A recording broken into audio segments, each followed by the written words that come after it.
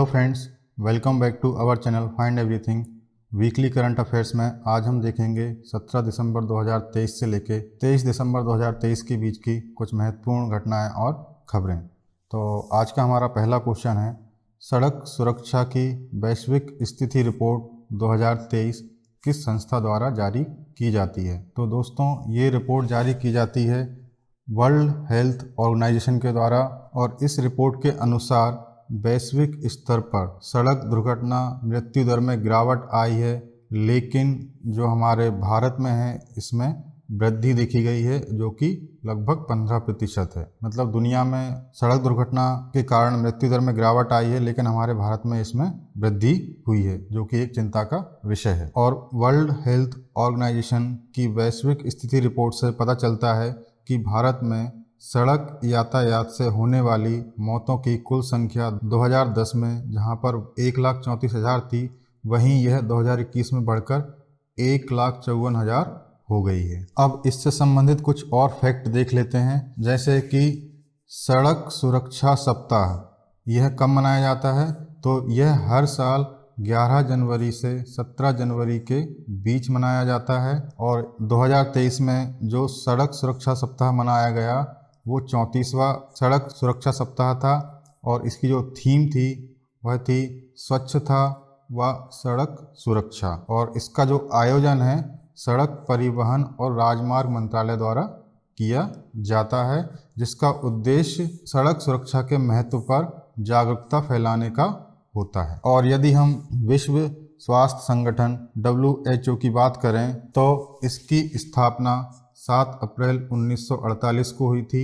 इसका मुख्यालय Geneva Switzerland में है। वर्तमान में इसमें 194 सदस्य देश हैं, और वर्ल्ड हेल्थ ऑर्गेनाइजेशन ने 7 अप्रैल 1948 से अपना कार्य आरंभ किया था, इसलिए हर 7 अप्रैल को विश्व स्वास्थ्य दिवस के रूप में मनाया जाता है। तो WHO के बारे में ये फैक्ट्स आप याद रखिएगा। अगला क्वेश्चन, पिनाका का संबंध इनमें से किससे है। तो पिनाका एक मल्टी बैरल रॉकेट लॉन्चर प्रणाली है, जिसका विकास रक्षा अनुसंधान और विकास संगठन DRDO द्वारा किया गया है। और यदि हम पिनाक शब्द की बात करें तो इसका अर्थ होता है शंकर का धनुष। तो इसका जो नाम है शंकर के धनुष से लिया गया है। और इस प्रणाली में 2 लॉन्चर लॉन्च किए गए थे, जिसमें से मार्क 1 और मार्क 2। तो मार्क 1 की जो रेंज है वो है 40 किलोमीटर, और जो मार्क 2 की जो रेंज है वो है 65 किलोमीटर। यह 44 सेकंड में 12 उच्च विस्फोटक रॉकेट फायर कर सकता है। और यदि हम करंट में बात करें तो भारतीय रक्षा मंत्रालय ने भारतीय सेना की तोपखाने क्षमताओं को बढ़ाने के लिए 2800 करोड़ रुपए के प्रस्ताव को हरी झंडी दे दी है। इस योजना में Pinaka multi barrel rocket launcher system के लिए डिजाइन किए गए लगभग 6400 रॉकेट प्राप्त किए जाएंगे। और इसी क्रम में रक्षा मंत्रालय ने एरिया डैनियल म्यूनिशन टाइप 2 और टाइप 3 रॉकेट को भी मंजूरी दे दी है। अगला क्वेश्चन, भारत की सबसे तेज सौर इलेक्ट्रिक नाव कौन सी है। तो अभी हाल ही में बाराकुडा नाम से सबसे तेज सौर इलेक्ट्रिक नाव को लॉन्च किया गया है, और इसका जो नाम है तेज लंबी मछली बाराकुडा के नाम पर रखा गया है। इससे 12 यात्रियों और कार्गो को ले जाने के लिए एक वर्क बोट के रूप में अशांत समुद्र में तैनात किया जाएगा। और यदि इसकी स्पीड की बात करें तो यह 12.5 नॉट की शीर्ष गति प्राप्त कर सकता है, और एक बार चार्ज करने पर यह 7 घंटे तक काम कर सकता है। बाराकुडा की जो लंबाई है वो 14 मीटर है, और चौड़ाई है जो है 4.4 मीटर है, और इस बोट को नेवल्ट द्वारा डिज़ाइन किया गया है। ये बाराकुडा मछली को आप देख सकते हैं, इसी के नाम पर इसका नाम रखा गया है। और ये जो बाराकुडा बोट है जिसको कोई अभी लॉन्च किया गया है। अगला क्वेश्चन, विजय दिवस कब मनाया जाता है। तो दोस्तों, हर 16 दिसंबर को विजय दिवस मनाया जाता है, और यह इसलिए मनाया जाता है क्योंकि 1971 में 16 दिसंबर को भारत ने पाकिस्तान पर एक बहुत बड़ी जीत हासिल की थी, और इसी के उपलक्ष्य में हर वर्ष देश भर में विजय दिवस मनाया जाता है। और इस बार जो देश में विजय दिवस मनाया गया वह 53वां विजय दिवस था। और यदि हम 1971 भारत पाकिस्तान युद्ध की बात करें तो इसके कुछ महत्वपूर्ण फैक्ट्स हम देख लेते हैं। जैसा कि 3 दिसंबर 1971 को भारतीय हवाई अड्डों पर पाकिस्तान ने हवाई हमला किया, जिसके कारण इस युद्ध की शुरुआत हुई। और इसके जवाब में इंदिरा गांधी ने जनरल सैम मानेकशॉ को निर्देश देकर पूर्ण पैमाने पर युद्ध शुरू करने की स्वीकृति दी। और इसी क्रम में भारत ने ऑपरेशन ट्राइडेंट शुरू किया। ऑपरेशन ट्राइडेंट का नेतृत्व भारतीय नौसेना ने किया था और इसका उद्देश्य पाकिस्तान में कराची बंदरगाह को निशाना बनाना था। और यह एक महत्वपूर्ण सैन्य अभियान था जिसने 1971 के युद्ध में भारत की जीत में योगदान दिया था। यह युद्ध 3 दिसंबर से शुरू हुआ और लगभग 13 दिनों तक चला और आधिकारिक तौर पर युद्ध 16 दिसंबर को समाप्त हुआ और पाकिस्तान ने भारत के सामने आत्मसमर्पण कर दिया था। पाकिस्तान की सेना ने लगभग 93,000 सैनिकों के साथ भारतीय सेना और बांग्लादेश की मुक्ति वाहिनी के सामने जनरल अमीर अब्दुल्ला खान नियाजी ने आत्मसमर्पण किया था और इसी युद्ध के बाद बांग्लादेश का निर्माण हुआ था। अगला क्वेश्चन, खेलो इंडिया पैरा गेम्स 2023 में किस राज्य ने शीर्ष स्थान हासिल किया है? तो दोस्तों, हरियाणा राज्य ने खेलो इंडिया पैरा गेम्स 2023 में शीर्ष स्थान हासिल किया है। यह आयोजन पहली बार किया जा रहा था जो कि दिल्ली में 17 दिसंबर को संपन्न हुआ। इसके यदि हम शुभंकर की बात करें तो इसका जो शुभंकर था उज्ज्वला था, जो कि एक छोटी गौरैया पक्षी है। और खेलो इंडिया पहल के तहत अब तक 5 खेलो इंडिया यूथ गेम्स, 3 खेलो इंडिया यूनिवर्सिटी गेम्स और 3 खेलो इंडिया विंटर गेम्स का आयोजन किया जा चुका है। प्रथम खेलो इंडिया पैरा गेम्स में कुल 7 खेल प्रतियोगिताएं शामिल की गई थी, जिनमें प्रमुखतः para athletics, para shooting, para तीरंदाजी, para football, para badminton, para table tennis और पैरा वेट लिफ्टिंग शामिल थे। यहाँ पर आप ये पदक तालिका देख सकते हैं। हरियाणा को पहला स्थान मिला था जिसने कुल 105 पदक जीते। दूसरा स्थान उत्तर प्रदेश का रहा जिसने कुल 62 पदक जीते। तीसरा स्थान तमिलनाडु का रहा जिसने कुल 42 पदक जीते। और यदि हम मध्य प्रदेश की बात करें तो मध्य प्रदेश 14वें स्थान पर रहा जिसने कुल 6 पदक जीते थे। और यदि हम लास्ट स्थान की बात करें तो झारखंड आखिरी स्थान पर रहा जिसने केवल 1 पदक जीता था। अगला question, summer air defence missile का परीक्षण किस युद्ध अभ्यास के दौरान किया गया? तो दोस्तों, समर एयर डिफेंस मिसाइल का परीक्षण अस्त्र शक्ति युद्ध अभ्यास के दौरान किया गया और जो इसका परीक्षण है 17 दिसंबर 2023 को किया गया था। यदि हम समर की बात करें तो समर का जो पूरा नाम है वो है surface to air missile assured retaliation. यह परीक्षण आंध्र प्रदेश के एयरफोर्स स्टेशन सूर्यलंका में किया गया। इस एयर डिफेंस सिस्टम को वायुसेना के मेंटेनेंस कमांड की एक यूनिट द्वारा विकसित किया गया है। इस एयर डिफेंस सिस्टम द्वारा 2 से 2.5 मैक की गति वाली मिसाइलों को नष्ट किया जा सकता है। और अस्त्र शक्ति 2023 अभ्यास के दौरान ही भारतीय वायुसेना ने आकाश हथियार प्रणाली का भी सफल इस्तेमाल किया। अगला क्वेश्चन, विजय हजारे कप 2023 किसने जीता? तो दोस्तों, हरियाणा ने विजय हजारे कप 2023 राजस्थान को 30 रन से हराकर यह खिताब अपने नाम किया है। और हरियाणा की टीम पहली बार विजय हजारे ट्रॉफी जीतने में सफल रही है। हरियाणा के गेंदबाज सुमित कुमार को प्लेयर ऑफ द टूर्नामेंट चुना गया है। और 2023-24 में जो विजय हजारे ट्रॉफी हुई है वह इस ट्रॉफी का 31वां एडिशन था। यदि विजय हजारे ट्रॉफी की हम बात करें तो इसके कुछ फैक्ट्स हैं। तो विजय हजारे ट्रॉफी को रणजी वनडे ट्रॉफी के रूप में भी जाना जाता है और इस टूर्नामेंट की शुरुआत साल 2002-03 में सीमित ओवरों के टूर्नामेंट के तौर पर हुई थी और वर्ष 2007 में प्रसिद्ध भारतीय क्रिकेटर विजय हजारे के सम्मान में इसका नाम बदलकर विजय हजारे ट्रॉफी कर दिया गया था। इस टूर्नामेंट की अगर हम बात करें तो सबसे सफल टीम तमिलनाडु रही है जिसने 5 बार यह ट्रॉफी जीती है। और यदि हम 2022-23 की विजेता की बात करें तो सौराष्ट्र ने 2022-23 का विजय हजारे ट्रॉफी कप जीता था। अन्य घरेलू क्रिकेट टूर्नामेंट की बात करें तो अन्य घरेलू क्रिकेट टूर्नामेंट में सबसे पहले आता है रणजी ट्रॉफी, जिसकी शुरुआत वर्ष 1934 से हुई थी 2022-23 की बात करें तो सौराष्ट्र विजय रहा था और सबसे सफल टीम इसमें मुंबई है, जिसने 41 बार यह खिताब जीता है। इसके बाद दिलीप ट्रॉफी नवानगर के कुमार श्री दिलीप सिंह जी के नाम पर नामित दिलीप ट्रॉफी एक घरेलू प्रथम श्रेणी क्रिकेट प्रतियोगिता है, जिसका पहला संस्करण 1961-62 में खेला गया था। और यदि हम दिलीप ट्रॉफी 2023 विजेता की बात करें तो साउथ जोन ने 2023 की दिलीप ट्रॉफी जीती है। फिर आते हैं देवधर ट्रॉफी पर। देवधर ट्रॉफी प्रतिवर्ष आयोजित की जाने वाली एक घरेलू 50 ओवर की प्रतियोगिता है। इसकी शुरुआत 1973-74 में की गई थी और यदि हम 2023 देवधर ट्रॉफी की बात करें तो साउथ जोन ने ही देवधर ट्रॉफी भी जीती है। इसके बाद ईरानी कप। रणजी ट्रॉफी चैंपियन के 25 वर्ष होने के अवसर पर 1959 में सबसे पहले ईरानी कप की शुरुआत की गई थी।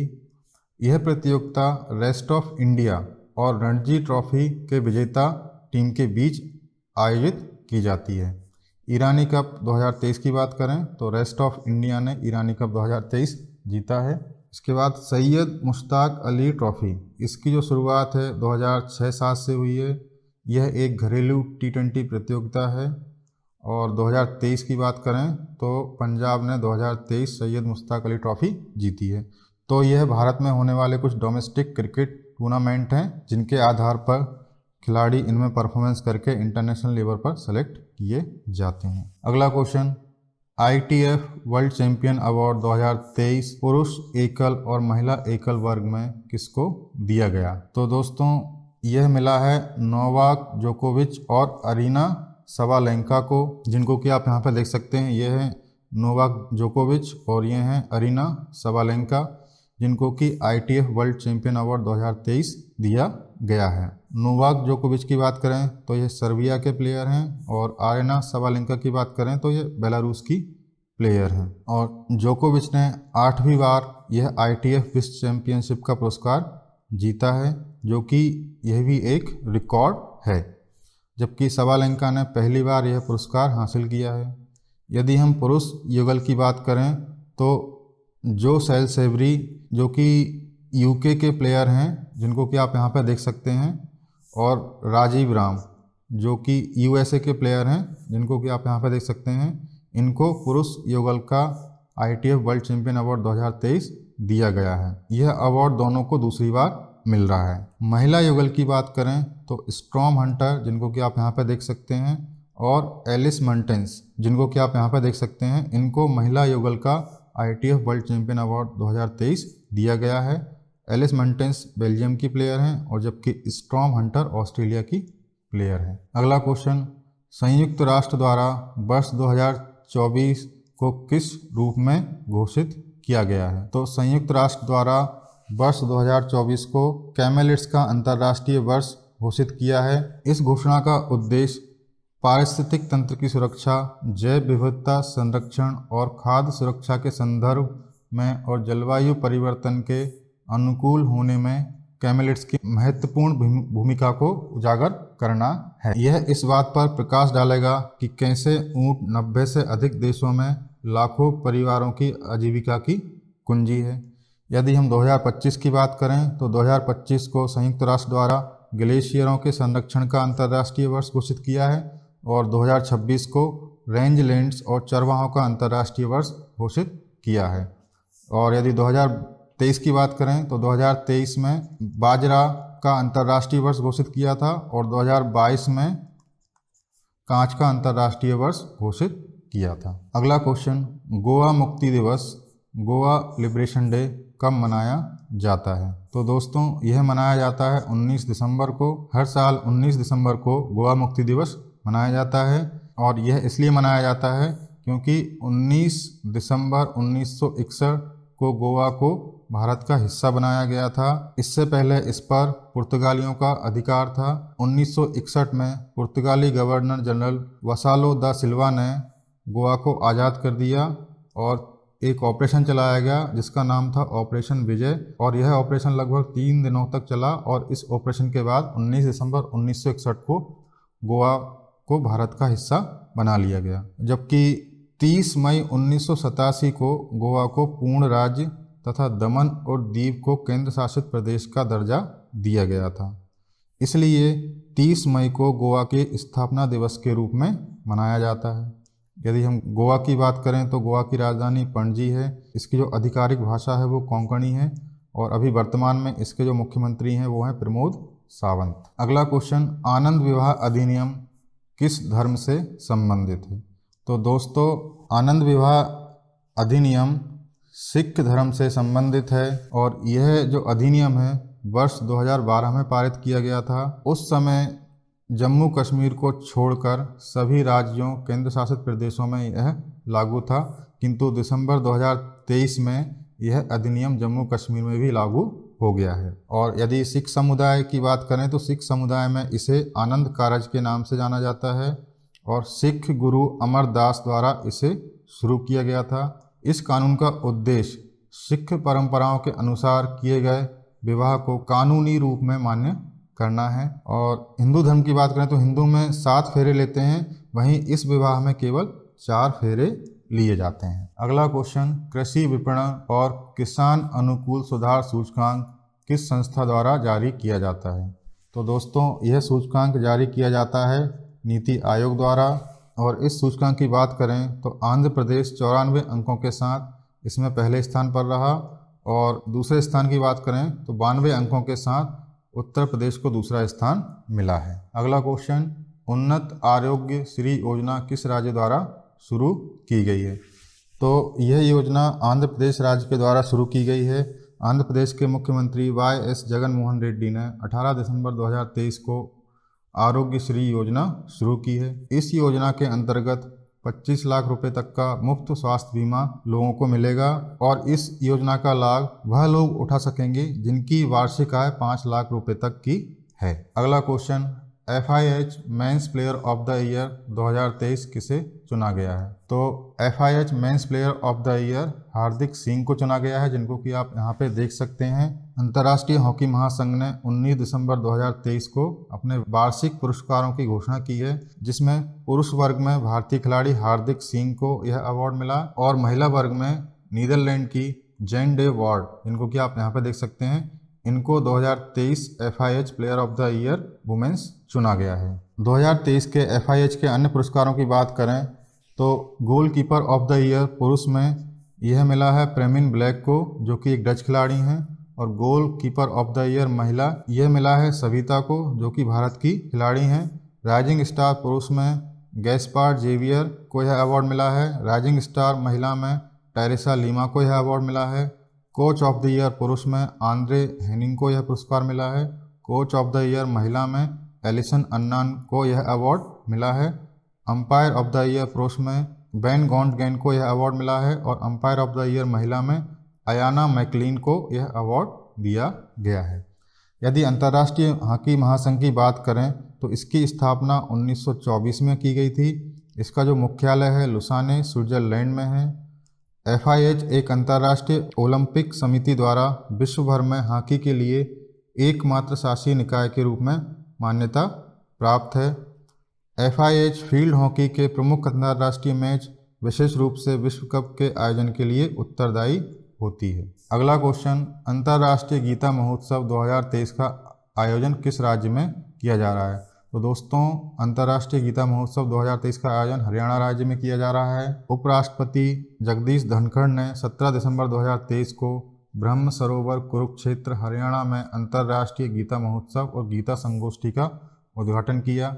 इस संगोष्ठी का विषय है वसुधैव कुटुंबकम, श्रीमद् भगवत गीता और वैश्विक एकता, और इस कार्यक्रम में असम जो राज्य है मुख्य भागीदारी राज्य है। यदि हम अंतर्राष्ट्रीय गीता महोत्सव के इतिहास की बात करें तो इसकी जो शुरुआत है 1989 से हुई है और वर्ष 2002 में राष्ट्रीय उत्सव घोषित किया गया है और वर्ष 2016 में इसको अंतर्राष्ट्रीय स्तर का दर्जा दिया गया है। और यदि हम गीता जयंती की बात करें तो हर साल मार्गशीर्ष महीने के शुक्ल पक्ष की एकादशी को गीता जयंती मनाई जाती है। तो दोस्तों, ये थी 17 दिसंबर 2023 से 23 दिसंबर 2023 के बीच की कुछ महत्वपूर्ण इवेंट और खबरें। यदि आपको वीडियो अच्छा लगा हो तो वीडियो को लाइक करें, शेयर करें, सब्सक्राइब करें और बेल आइकन को प्रेस करना ना भूलें ताकि लेटेस्ट वीडियो की अपडेट सबसे पहले आपको मिले। Thank you friends.